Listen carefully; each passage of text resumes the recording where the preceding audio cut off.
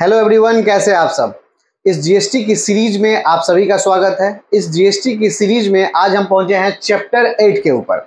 Chapter 8 से पहले मैं आपको बता दूं कि चैप्टर 1 से लेकर चैप्टर 7 तक, जहां सेक्शन 1 से लेकर सेक्शन 34 तक हमने कवर किया है, आप प्लेलिस्ट में जाकर देख सकते हैं।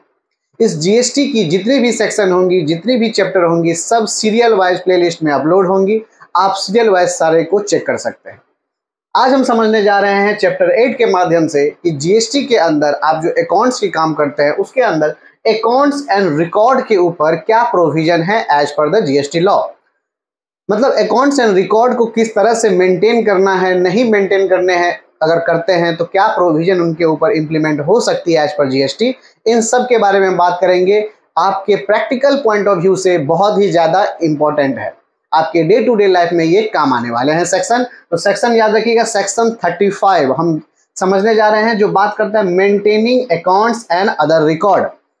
आप अकाउंट्स की मेंटेन करना या अकाउंट से रिलेटेड किसी भी रिकॉर्ड को मेंटेन करना, सेक्शन 35 आपको ये प्रोविजन देता है कि क्या करना चाहिए एज पर द जीएसटी, और अगर आप नहीं करते हैं तो उसके बारे में भी समझेंगे। चलिए देखिए, अगर आप अकाउंट्स का काम करते हैं तो सबसे पहला काम होता है कि आप अकाउंट्स की रिकॉर्ड को रखिए। अगर आप नहीं रखते हैं तो उसी के लिए सेक्शन 35 कहता है कि आपको कैसे रखना है, कहाँ रखना है। तो चार महत्वपूर्ण बातें को समझिए। पहला कहता है कि keep and maintain at principal place of business. GST certificate जब अलॉट होता है तो उसमें एक बकायदा प्रिंसिपल प्लेस ऑफ बिजनेस का एड्रेस मेंशन होता है। तो जो काम करते हैं, जो भी बिजनेस फर्म काम करते हैं, उनकी जो रिकॉर्ड होनी चाहिए बुक्स ऑफ अकाउंट्स की, वो कहाँ होनी चाहिए? At the principal place of business. जो उनके जीएसटी सर्टिफिकेट में मेंशन है उसी प्रिंसिपल प्लेस ऑफ बिजनेस पे उनकी बुक्स ऑफ अकाउंट्स की रिकॉर्ड जो है वो मेंटेन होनी चाहिए, वहाँ रहनी चाहिए। क्योंकि अगर कोई ऑफिसर विजिट करेगा तो वो प्रिंसिपल प्लेस ऑफ बिजनेस पे ही पहले विजिट करेगा, तो वहाँ पे उसे उस अकाउंट्स की जो मेंटेनिंग है वो उसे दिखनी चाहिए, तभी वो कोई एक्शन नहीं ले पाएगा। तो पहला काम, जो जीएसटी सर्टिफिकेट में जो principal place of business mention है वहीं पे अकाउंट्स की सारी रिकॉर्ड मेंटेन होनी चाहिए, वहीं पे रहनी चाहिए। समझ गए?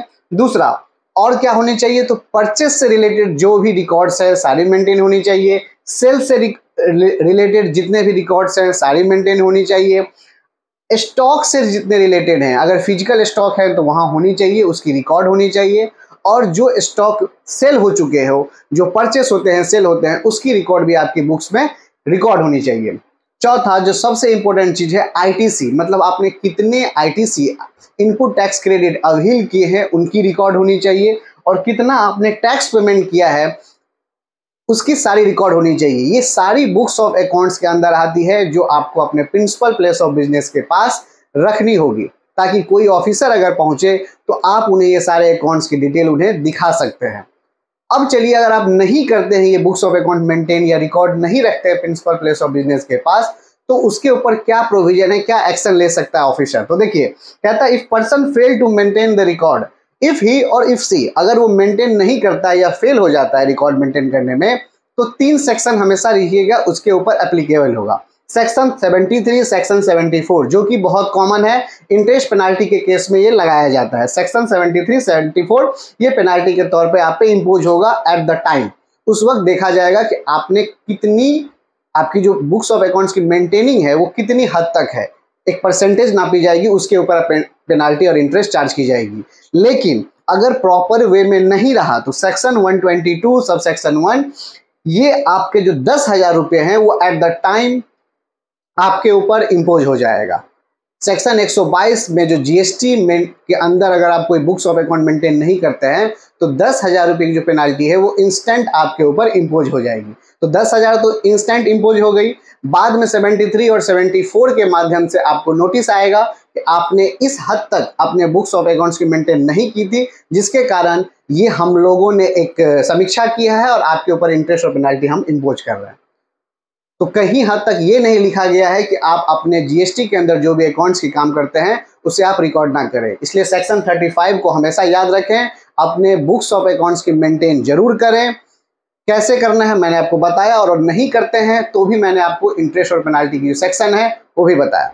इस चीज़ से अवगत रहें और अपने अकाउंट्स की मेंटेनिंग प्रॉपर वे में करते रहें। नेक्स्ट वीडियो में हम समझेंगे कि एक बुक्स ऑफ अकाउंट्स की जो मेंटेनिंग होती है वो कब तक करनी रहती है। अब ऐसा तो नहीं है कि आप 1 साल के लिए कर रहे हैं और आजीवन उस चीज को संभाल के रखेंगे, तो उसकी जो लिमिट होती है वो क्या होती है उसके बारे में समझेंगे। तो बने रहिए इस चैनल के साथ, पढ़ते रहिए, समझते रहिए। कुछ भी दिक्कत हो, कुछ भी आपकी क्वेरी हो तो आप हमें कमेंट करते रहिए। मिलते हैं नेक्स्ट वीडियो में। टिल देन, जय हिंद, थैंक्स फॉर वॉचिंग।